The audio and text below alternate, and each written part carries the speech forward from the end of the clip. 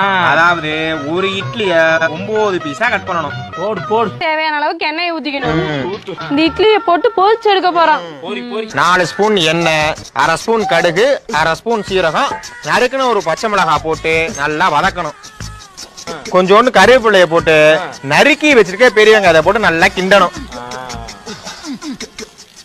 இப்ப நறுக்கி வச்சிருக்க தக்காளியை போட்டு வதக்கணும்.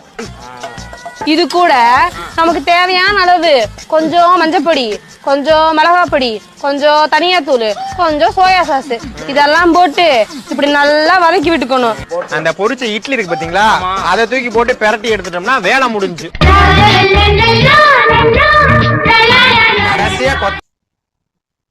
அதாவது இதெல்லாம் சரிதான். இது என்னத்துக்கு இந்த வேலை பார்க்கணும்? நீ இட்லி சுடும் போதே 10 அளவுக்கு சுட்டுறலாம். சரி, அப்படி 1-2 மிச்சமானாலும் அது கொஞ்சம் சட்னியை செஞ்சு அதை தொட்டு சாப்பிட வேண்டியதானே. ஊத்தி குழச்சடிக்கலாம்டா.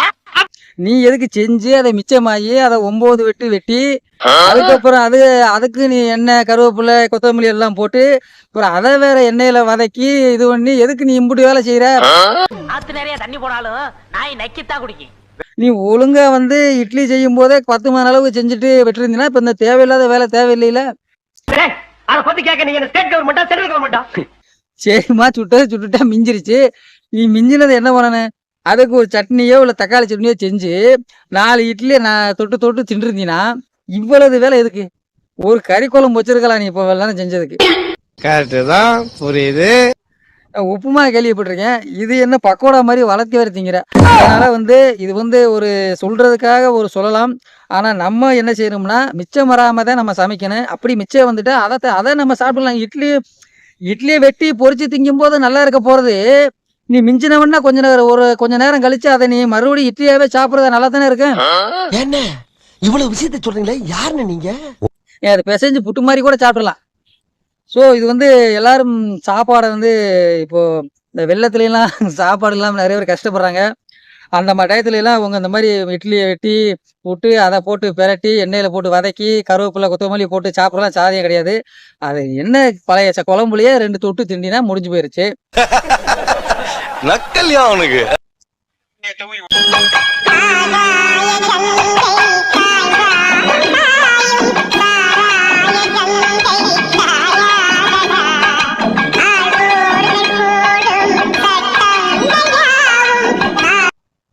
அதாவது இப்போ நீங்க பாத்தீங்கன்னா, அதாவது உங்களை எல்லாம் இப்போ ஒரு கோயில் ஒரு கல்யாணம்னு வச்சுக்கோங்க.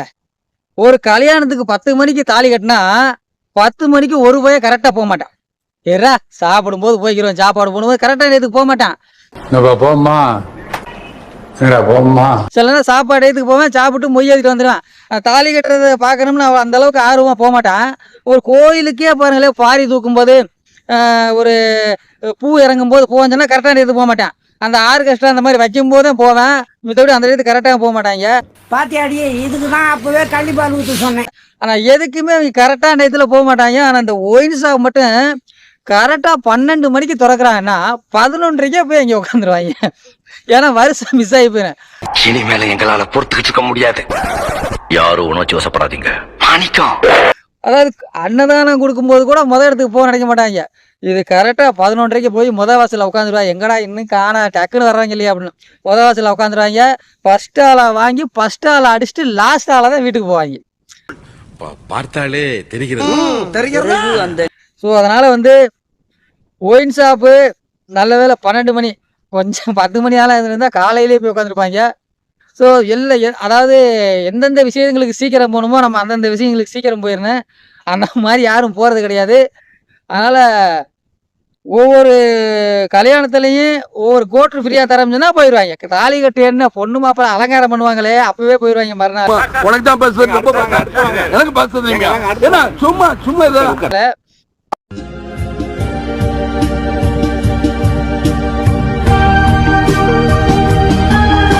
அது வேற ஒண்ணும் கிடையாது, கீழே போட்டு அந்த சிமெண்ட் வச்சு நம்ம ஒரு கட்டடம் கட்டினோம்னா ரொம்ப ஸ்ட்ராங்கா இருக்கும். ஸோ அவ்வளோ ஸ்ட்ராங்கா இருக்கிறத நம்ம சிமெண்ட் மூடையவே வச்சு கட்டிட்டோம்னா இன்னும் ஸ்ட்ராங்கா இருக்கும்.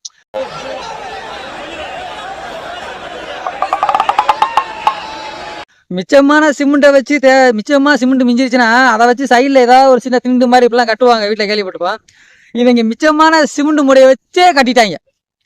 இப்போ இன்னும் ரொம்ப ஸ்ட்ராங்காக இருக்கும்ல. சங்கர் சிமெண்ட் வாங்கி கட்டினா பார்லிமெண்ட் ரொம்ப ஸ்ட்ராங்கா இருக்கும். இப்போ அந்த கட்டடம் எக்காரணம் இந்த மாதிரி வெளில வரும்பொழுதுலாம் அந்த கட்டடம் இடியாது. ஏன்னா சிமெண்ட்ல கட்டினதே இடிய வாய்ப்பு இல்லாத போது சிமெண்ட் மூடையே வச்சு கட்டியிருக்கேன். அப்போ எந்த அளவுக்கு அது ஸ்ட்ராங்கா இருக்கும். அதனால இந்த இன்ஜினியர் எப்படி நம்ம நாட்டாக இருப்பாங்க நாட்டுக்கு. हे प्रभु हे हरि राम कृष्ण जगन्नाथ प्रेमानंद ये क्या हुआ? இது வந்து இந்த காலையில ஸ்கூல் கிளம்பும் போது நேரத்துக்கு உசி விட்டு டீ கொடுத்து அதுக்கப்புறமா குளிச்சுட்டு நல்லா வயிறு முட்டை சாப்பாடு போட்டு செலவுக்கு கையில் காசு கொடுத்து மத்தியான சாப்பாடுக்கு டிஃபன் பாக்ஸில் சிக்கன் குழம்பு இந்த மாதிரிலாம் வச்சு அடைச்சி பைக்கையும் கொடுத்து பெட்ரோலும் போட்டு அனுப்பி விட்றா பற்றியா வீட்டில் இருந்து அவங்க தான் இந்த மாதிரி செய்வாங்க. காலங்காத்தால உனக்கு குறவழி வரைக்கும் சோத்த போட்டு வண்டியில ஏத்திட்டு வந்ததுக்கு உன்னால என்ன பண்ண முடியுமோ அதை பண்ணிட்டேன். ஏன்னா அவங்களுக்கு அடுத்து போகும்போது எல்லாமே மேமிச்சமாக இருக்கும். அந்த திமிரு அந்த சூட்டு கொழுப்பா அந்த சூட்டு கொழுப்புல தான் போகும்போது என்ன செய்யணும் தெரியாமல் தூக்குவாங்க. இவன் நல்லா தானே போய்கிட்டு இருந்தான், போகும்போது நல்லா போனவன் வீம்புக்குன்னு தூக்குறானா நீ பாரு. இவன்டெல்லாம் இந்த KTM இந்த மாதிரி வண்டியெல்லாம் கொடுத்தா என்ன செய்வேன், வீடு வர மாட்டேன் திருப்பி. அப்போ இவன் மாதிரி ஆளுக்கு நான் பைக்கையும் பிடிக்கிறேன்னு மத்தியான சோறு கொடுக்கக்கூடாது, காலையில அரையும் குறையமா போடுவோம்னு கையில் காசும் கொடுக்காம போனா இவன் போற வர பைக்கையெல்லாம் மறைச்சு லிஃப்ட் அண்ணன் ஸ்கூல் போகணும்னா அண்ணா ப்ளீஸ்ண்ணே ஏற்றி விடுங்க லிஃப்ட் கேட்டு போவான்ல. Madam stop stop stop please please madam madam please help me madam madam please please எல்லாம் கொடுக்குறேன்னு தானே வேற என்ன செய்யறதுன்னு தெரியாம வீலை தூக்குறேன். எல்லாத்தையும் பிடுங்கிட்டு இவன் நடக்க விட்டுருந்தோம்னா லிஃப்ட் கேட்டு போயிருப்பேன். ஸோ அது மாதிரி செய்யுங்க. இப்போ நம்ம அடுத்ததாக முக்கியமாக ஒரு இது பார்க்க வரோம். ஏன்னா ஒவ்வொரு பாம்பின் வகைகள் பல வகைகள், அது ஒவ்வொரு நாட்டு பாம்பும் ஒவ்வொரு நாட்டில் பாம்பும் ஒவ்வொரு விதம்னு சொல்கிறாங்க. அதே அந்த விதத்தை தான் இப்போ நான் உங்களுக்கு சொல்ல போகிறேன். நான் பார்த்த வீடியோ இந்த அதிசயத்தை நீங்க பார்க்க போறீங்க. என்னையா ஓவரா பேசுறானே தவிர பாம்ப வெளிய வர மாட்டேங்கிறானே. பார்த்துங்க, இது அமெரிக்கா பாம்பு எப்படி விஷத்தை கக்குது பாருங்க. பல்லு புடுங்கின பாம்பா புடுங்காத பாம்பாடி. ஆப்பிரிக்கா பாம்பு பார்த்தீங்களா எவ்வளோ லாங்கில் கக்குன்னு. இப்போ பார்க்க போகிறது இந்தியா நாட்டு பாம்பு பாருங்க. இது நம்ம நாட்டு பாம்பு, கொடிய விஷமுள்ள பாம்பு. போற இடம்லாம் இதுதான். தமிழ்நாட்டுக்கு வேற வந்துட்டாங்க. கண்ட இடம் நிக்கிற இடம் ஃபுல்லாம் சும்மா நலவாம்பு கூட 4 இன்ச்சு தான் துப்பும் போல. நீங்க 40 அடிக்கு துப்புறாங்க, சீத்துன்னு துப்பி விடுறாங்க. இது சென்னை கோயம்புத்தூர்லாம் பார்த்தீங்கன்னா இந்த பாம்பு நிறைய தெரியுது, விஷப்பாம்பு. அங்கன துப்பி போட்டிருக்காங்க.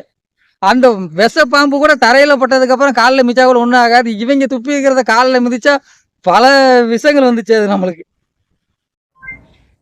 உங்களுக்கு என்கிட்ட ஏதாவது கொஸ்டின் கேட்கணுமா, கமெண்ட்ல கேளுங்க, கண்டிப்பாக ரிப்ளை பண்ணுவேன். பட் இதில் இல்லை, யூடியூப்ல வரும். நாளைக்கு மத்தியானம் உங்களுக்கு ரிப்ளை வீடியோ வருங்க, மறக்காம பாருங்க. நாளைக்கு மத்தியானம். டாடா. நாங்க ஏமா உன்னிட்ட கேள்வி கேட்கணும்? நாங்க ஏண்டா நடுச்சாமத்துல சுடுகாட்டுக்கு போகணும், வந்து நின்னது குத்தவாடா. சரி, அப்படிதான் கேள்வி கேட்கறது இன்ஸ்டாகிராம்ல சொல்ற. ஏன் அப்ப இன்ஸ்டாகிராம்லயே ரிப்ளை பண்ண வேண்டியதானே, ஏன் யூடியூப்ல தான் ரிப்ளை பண்ணுவியா?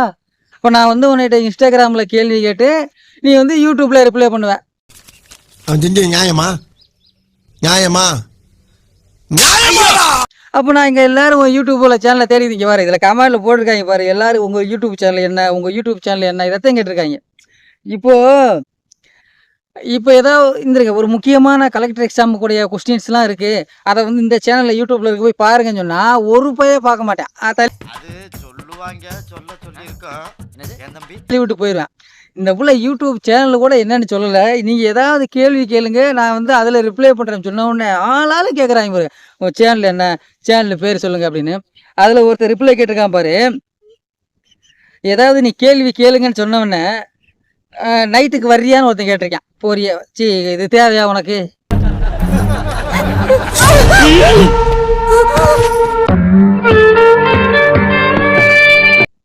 இப்போ நீ அர்த்தமே இல்லாமல் ஒரு கேள்வியை நீ கேட்டதுனால தான் அவன் வர்றியான்னு கேட்குறான். அதில் இன்னொருத்தன் என்ன கேட்குறான், இதில் யார் கேள்வி கேட்குறாங்களோ அவங்க ஆளு சிலுக்காமா. பார்த்துக்க, உங்ககிட்ட நான் கேள்வியும் கேட்டுட்டு அதை ஒருத்தன் ஆளு சிலுக்குன்னு வேற சொல்கிறான். இது தேவையா? அதனால இந்த மாதிரி நீங்க ஒரு ஒரு விஷயம் வந்து அதாவது சம்மந்தமே இல்லாம என்கிட்ட ஒரு கேள்வி யாராவது என்கிட்ட கேள்வி கேட்கணும்னா எதுக்கு உங்ககிட்ட கேள்வி கேட்கணும்? நீ யார்? நீ என்ன காலேஜ் ப்ரொஃபஸரா? உங்க நிறைய பேர் படிக்கிறாங்களா? இவங்கெல்லாம் பர்சனலாக அனுப்பிடலாம். நீ இந்த மாதிரி சம்மந்தம் இல்லாமல் கேட்கறவனே இவங்களுக்கு ஒரு எடுத்து இதாக போயிருது. அதே சாக்கு நான் மெசேஜ் பண்ணுறேன். உங்க வீட்ல எல்லாருமே ஊருக்கு போயிட்டாங்க, உங்களுக்கு பேய்னா பயம். அந்த டைம்ல துணைக்கு யாரை கூப்பிட்டுப்பீங்க? ஆள் வர சொல்லுவேன். ஆள வர சொல்லுவீங்களா? சத்தியமா இனிமே உன்னை சிரிக்க சொல்லவே மாட்டாதா? எங்க ஆள் வர சொல்லுவேன். வர சொல்லி துணைக்கு வச்சுப்பீங்களா? துணைக்கும் வச்சுப்பேன்.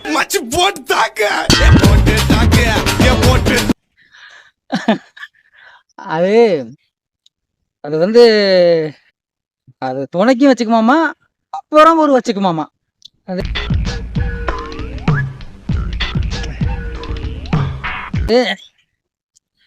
வீட்டில் யாராவது உங்கள் அப்பா அம்மா வெளியில் போயிட்டாங்க, உனக்கு வந்து யாருமே இல்லை, பேயை பார்த்தா பயம்னா நீ என்ன பண்ணணும்? உங்கள் அப்பா அம்மா கூட போயிடணும். அம்மா எனக்கு பேயை பார்த்தா பயம், நான் எங்கள் அப்பா அம்மா கூட போயிடணும். இல்லை உங்கள் சித்தி வீடு, சின்னம்மா வீடு, அத்தை வீடு இப்படி இருக்கு, அவங்க வீட்டில் போய் தங்கிக்கணும்.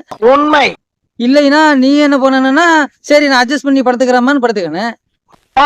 அதை விட்டுட்டு எப்படா வீட்டை காலி பண்ணுவாங்க, நம்ம பாய் ஃப்ரெண்டு வர சொல்லலாம்னா சரி அது ஒரு மீடியாவிலையாமா சொல்றது. அந்த மாதிரி நான் பாய் ஃப்ரெண்டு வர சொல்லுவேன், அதுவும் வச்சுக்கிறதுக்கு வர சொல்லுவேன், அப்புறம் வச்சுக்கிறதுக்கு வர சொல்லுவேன். அதனால வந்து யாராவது நீங்க வெளியில போறதா இருந்தால், உங்க பொண்ணு மட்டும் தனியா இருக்கிறதா இருந்தா தயவு செய்து ஒன்று கூட்டிகிட்டு போயிருங்க. இல்லைன்னா வீட்டுல கேமரா மாதிரி ஏதாவது மாட்டிட்டு போங்க. அதான்டா பண்ணி மேய்க்கிறவன பூரா பக்கத்துல வச்ச பத்தியா என் புத்திய சப்பல்ஸ்ல அடிக்கிறான். இப்போ வந்து வர வர வந்து பாய் ஃப்ரெண்ட் வச்சுக்கிறது ஒரு 10 வயசு 11 வயசு வந்தவொடனே இப்போ பாய் ஃப்ரெண்ட் வச்சுக்கிறாங்க எல்லாருமே. ஒரு வீட்டுக்குள்ள அடைச்சி போட்டா என்ன செய்யுதுன்னு அவங்களுக்கே தெரியாது. அந்த மாதிரி இப்போ வந்து பாய் ஃப்ரெண்ட்லாம் நிறையா வச்சுக்கிறாங்க. தயவுசெய்து நீங்கள் போகும்போது கூட்டிகிட்டு போயிருங்க. அதனால் அப்புறம் இந்த மாதிரி விட்டுட்டு போனீங்கன்னா அது நீங்கள் பின்னாடி ஃபியூச்சரில் உங்களுக்கு வந்து ஒரு இதாக வரும். அதனால் நானும் பாய் ஃப்ரெண்ட் இது கேர்ள் ஃப்ரெண்ட் வச்சுக்கிறேன். நம்ம வீட்டில் எவனும் போக மாட்டாங்களே வீட்டை விட்டு.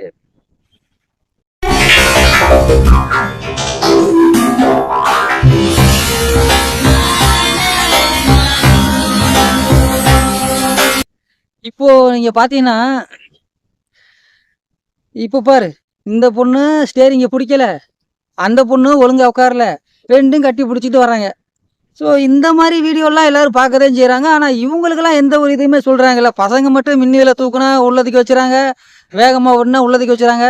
இவங்களும் இந்த மாதிரி ஏதாவது ஒரு பனிஷ்மெண்ட் பண்ணா தானே இவங்களும் இந்த மாதிரி பண்ண மாட்டாங்க. அது ஸ்கூட்டி கூட இல்லை, இது பெரிய வண்டி, டக்குன்னு காலை கூட ஓட்ட முடியாது. ஸோ இவங்களுக்கு ஏதாவது ஒரு பனிஷ்மெண்ட் கொடுங்க. அப்படி கொடுத்தீங்கன்னாத்தான் வந்து இவங்களும் வந்து இந்த மாதிரி பண்ண மாட்டாங்க.